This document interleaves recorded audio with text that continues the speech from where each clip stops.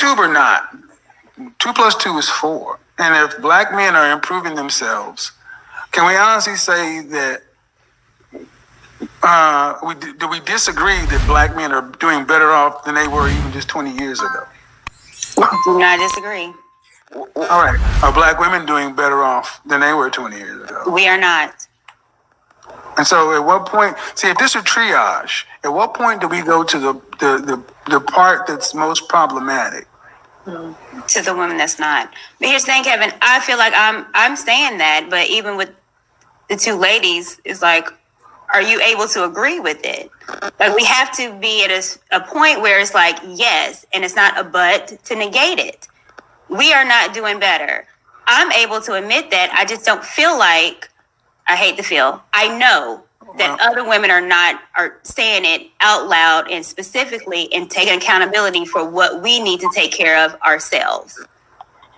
Well, go ahead.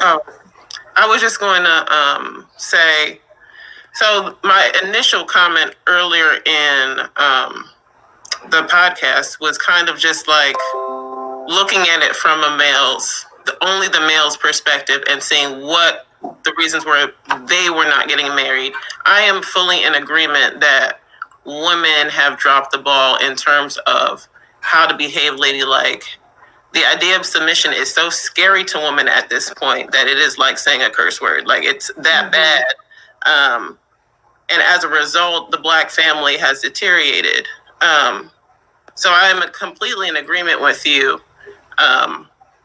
It's just hard to view things in a vacuum in general. Well, that submission is ladies will look at that as a dirty word. Like, it's almost like saying slave. Like, how dare you tell me to submit? Submit. Who do you think you are nowadays? I mean, men have to submit in a certain way as well. They have to submit to their women as well. But when it comes to that, this is just like, who do you think you are? But we'll talk about that later. Submission, how about this? 2 weeks ago, I had one of the most contentious podcasts I've ever had, just on black women being offended to smile at black men. Smile. Mm-hmm. So before we can get to submission, I just got off Instagram talking about cooperation and being right. And I don't think that many black women understand how far they are from black men. Mm-hmm. Submission, black men are just trying to get human treatment. Mm. Now, if you go look at that podcast, it was right on the heels of Iyanla Vanzant announcing she's leaving the OWN network. She's being run off of Oprah Winfrey's network by who? Black women. Mm-hmm. Because of her unflinching portrayals of their behavior. 2013 on Black Female Madame Noir, she said black women are out of order. And on the way out the door, she says we're still out of order because we're getting paid to be out of order. I did a broadcast talking about, hey, just simple human treatment. And I challenge anyone to go look at it. It's all cut up. 2 of those videos are on WorldStar. One woman said she actually finds it offensive when black men ask her to smile. And I've heard that before. I've heard that in person. I've seen that on videos, but it's so strange. Basically, like, how dare you tell me to smile? Who do you think you are to tell me to smile? It's almost as if, are you trying to control me? You're trying to control who I am? And I wouldn't necessarily say that you shouldn't listen to what you should or shouldn't listen to what it is he's trying to say. But when a man's saying that, he's not trying to be offensive at all. Some guys are definitely not. I know women hear it a lot, especially if they're walking around. But many women are many times unapproachable, and we'll give the examples of how when it comes to customer service, and Kevin has addressed this on other episodes as well, about how black women on his podcast would treat him differently than they would treat if they were on a white man's podcast. But it's the same thing a lot of times with customer service. you'll see the difference night and day. You'll completely see the difference.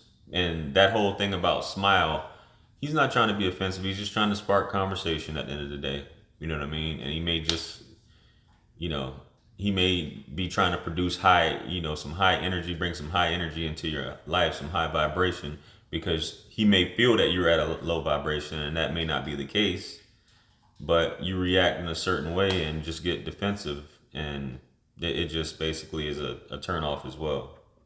So submission, if you can't even get the average man cannot even get a black woman to treat him like a person. Do we believe that? Or do you think that's an exaggeration? Oh, I believe it. I don't know my counterparts do. I'll give an example of, have you gone to the post office or Look at their faces, especially was it KA here in the bottom right? Check her out. She's like whatever.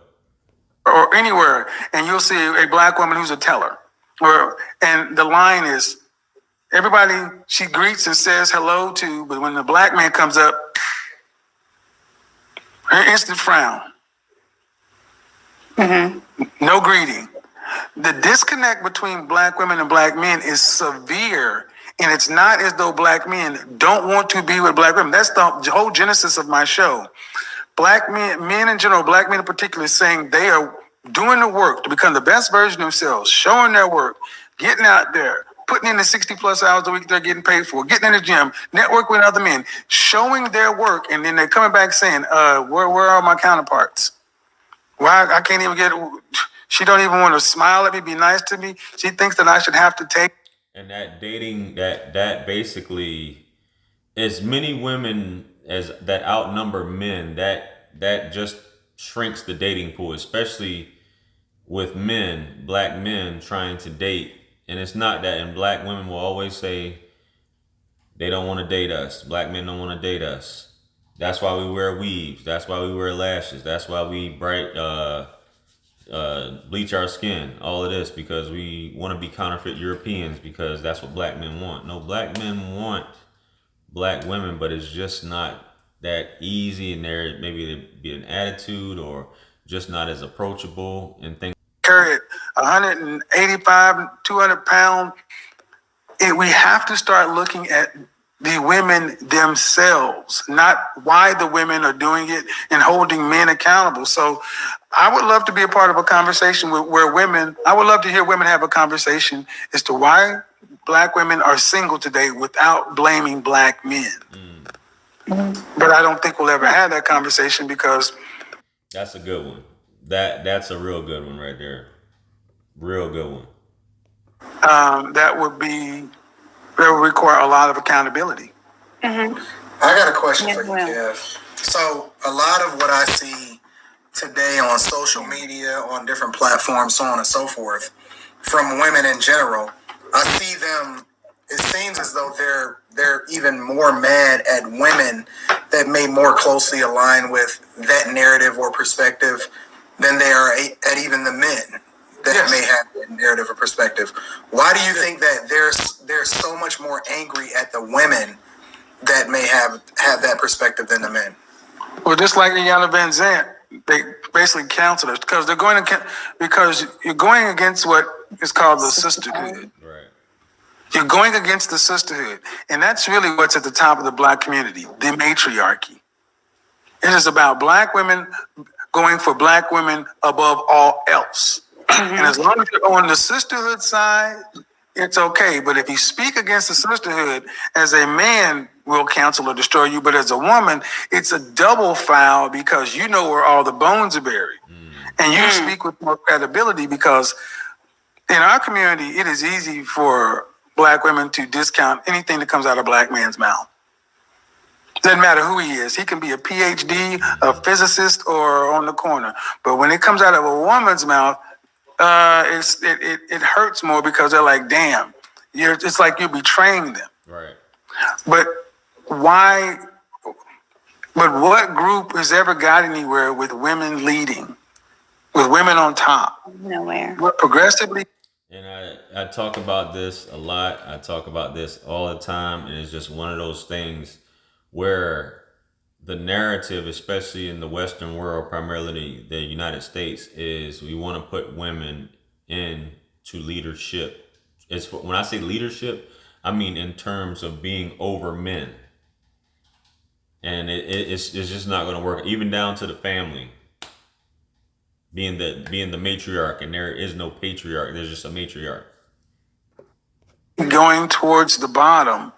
And what's happening in the Black community is not working. And if we have a working model and we really say we want better outcomes, this is what I hear from a lot of Black women. I want to be married. I want better outcomes. I want this. I want that. But then ask the question: do you want to be under the authority of a Black man? And more than anything else, I want to be a partner. Right. Co-CEOs. That won't work. Why do you think that won't work? I think that it won't work either. And I actually spoke on this a little bit earlier. But what's your perspective towards women that want partners when they're looking for relationships? Well, because we're different. Men and women are different. Men's first instinct is to correct and discipline. A woman's first instinct is to nurture. And here's the thing. If you have a biological child with a woman, she can't pull biological rank on you. And if you say, this is what should happen with our son, I want to go right, she wants to go left, a decision has to be made. And not making a decision is a decision.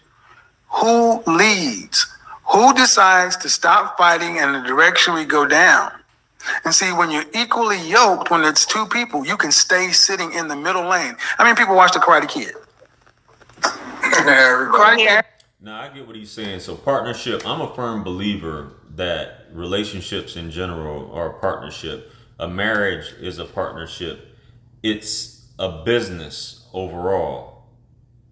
But the man, in my opinion, should always be that CEO, even though it is a partnership, which I know you guys like. That doesn't make any sense.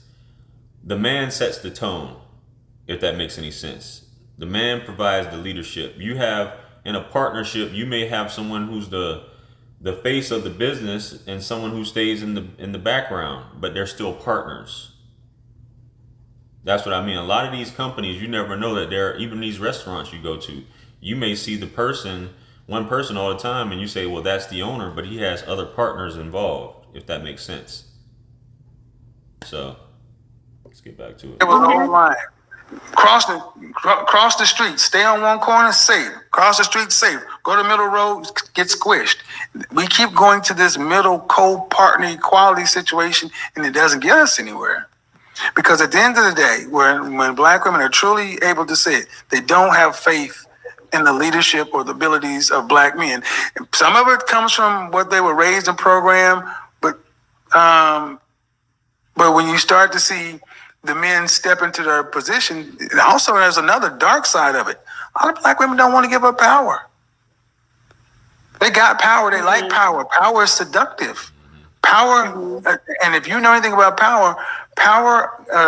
That goes back to what I say about leverage. Some women just want to have power and leverage, and that's why they do deal with softer feminine men. Or they do prefer, it's the reverse hypergamy, if you will, where they'll date a guy that's not as educated or doesn't make as much money as her, or a guy will move in with her just so she'll have that leverage to kick him out, or to be able to say, I'm more educated than you, so on and so forth. Things like that. It requires more power. You're not going to get someone to give it up. If you got power and privilege, what's the argument they're going to give it up? Is it going to have to be taken? So what you guys think? Pretty interesting, huh? He hit on some good points. I think that was an awesome conversation to have. Good concept. Let me know your comments below. I respond to all my comments. Make sure you guys like, share, comment, and subscribe. Hit me up on Calendly to book a one-on-one. Check out all of my books and merch on jrosswriting.com. there's any topics you'd like me to discuss or any improvements I can make, leave them below as well. I'm trying to hit 10K ASAP. And with that being said, I appreciate you guys once again. Peace be upon you and the mercy and blessings of the Almighty. And I will talk to you guys soon. Peace.